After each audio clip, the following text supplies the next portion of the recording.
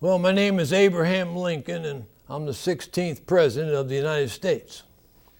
President Lincoln, tell me a little bit about your upbringing as a child. What was it like living on the frontier? Well, it was lonely at first, and then when we moved, one thing about the Lincolns, we sure did like to move a lot. We moved from Kentucky into Indiana and then on into Illinois. And it was a hard life on the prairie. I know I always helped my father on the farm. Of course, he taught me how to work, but he never taught me to love it.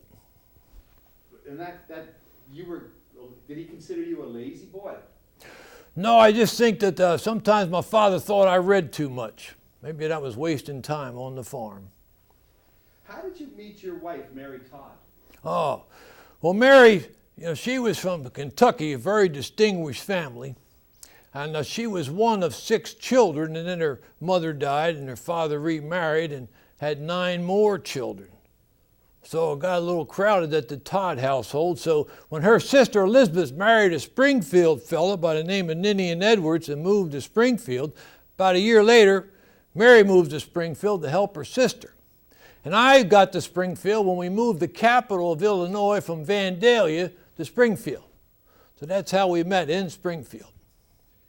So traveling all that way, tell me some of the jobs you held before you became a lawyer. Well, I had a series of interesting jobs. I was a clerk in a general store. I sure liked that, meeting the people and waiting on them. And then you didn't know I was a military man. Oh yes, I fought mainly mosquitoes. Came out a little bloody, but otherwise unscathed. Then I was a county surveyor, and of course a lawyer, and then of course my lifetime preoccupation of a politician. How did you get the nickname Honest Abe, President Lincoln? Well, that's a good question. I was working in the general store, and I noticed people started saying, "Good morning, Honest Abe. Top of the morning to you, Honest Abe." So I asked my friend Jack Armstrong, I said, "Why are these people calling me Honest Abe?" He said, "Well, you're known for your fairness. I mean, we have you judge our races because you're so honest, and didn't you walk some 2 or 3 miles to replace that 2 pennies that you had accidentally charged that lady?" I said, "Yeah." Well, he said, "We're calling you Honest Abe." And the name stuck. Did anybody think it was inappropriate for a president such as yourself to tell so many jokes and stories? Well, I didn't have too many people. Sometimes they thought I should. I know Solomon Chase sometimes, and I used to get Secretary of War Stanton thought I was a little bit too humorous sometimes, but I'll tell you, if I didn't have respite with humor, I think I'd have been just lost my mind. I understand. Speaking of Chase and Seward, you had a team of rivals you appointed to your cabinet. Why pick people who were your enemies and your opponents to back you? Well, they were all very capable men, and I needed the best people possible if we're going to carry on a successful presidency, especially in times of these. So when you became president, one of the things was a lot of people were saying, why cause a civil war, and why not give the southern states what they wanted, and that is, the extension of slavery into the new territories. Why cause a civil war based on something that a lot of people still do not absolutely believe in? Well, you see, that just goes against what our founding fathers put in place. And they put in place a plan to eliminate slavery. And they went along with that until the Kansas-Nebraska Act in 1854, which set in effect that slavery could extend into the new territories. And under that rule, then slavery would never die a natural death, which was the plan of the founding fathers. So is that when they repealed the Missouri Compromise? They repealed and they said yes. In the Kansas-Nebraska Act, they said, well, null and void. We're doing away with the Missouri Compromise of 1820. That's correct, sir. So what's your really feeling about slavery, President Lincoln? What's your real feelings about it? Oh, I have always been anti-slavery. If slavery isn't wrong, nothing's wrong. I cannot believe when I did not feel that to be so. As a matter of fact, my father, Thomas, was also anti-slavery, and one of the reasons we moved from Kentucky to Indiana was over the issue of slavery. So would you say the Civil War was fought because to free the black man? Well, as I said in my second inaugural address, all knew that somehow this interest was the cause of the war, and that interest was slavery. But at some point, though, I remember President Lincoln, you saying that if you could avoid war yet and keep slavery, you would do it. Is that true? That is correct. I wrote a letter to Horace Greeley in which I said, I will save the Union the shortest way possible under the Constitution. And if I could save the Union by freeing none of the slaves, I would do that. And if I could save the Union by freeing all of the slaves, I would do that.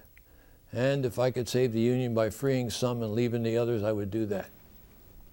I understand. Why then, though, did you put out the Emancipation Proclamation much later into your presidency and into the war, as opposed to at the beginning, if slavery was the main issue?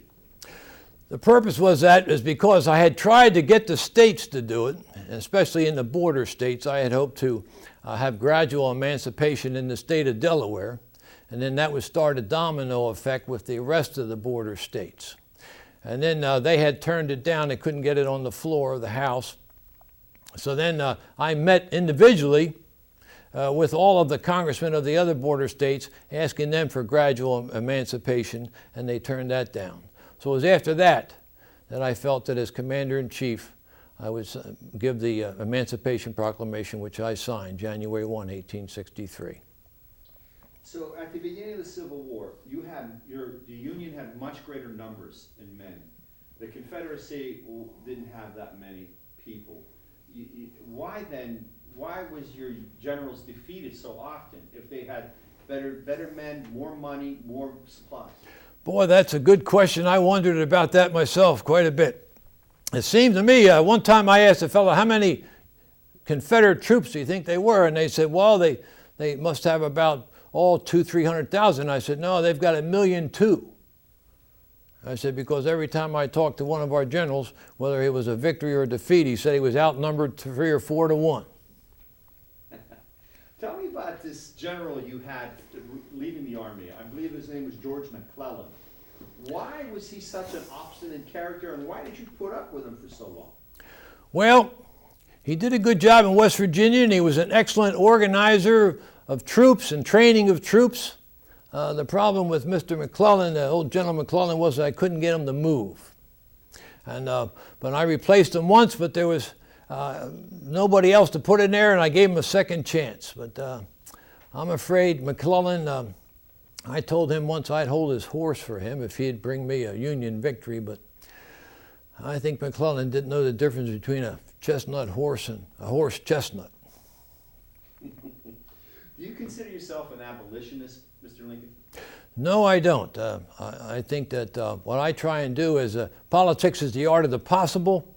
And although I am personally anti-slavery, I realize that sometimes the abolitionists, although leading the way, sometimes put other people's feet in the hard positions. And I'm trying to get them in a position that we can move on slavery.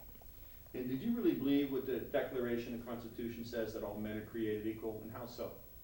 I do, very much so. I believe that all men are created equal, and I believe that our founding fathers, when they said that, they meant all people, not just white people.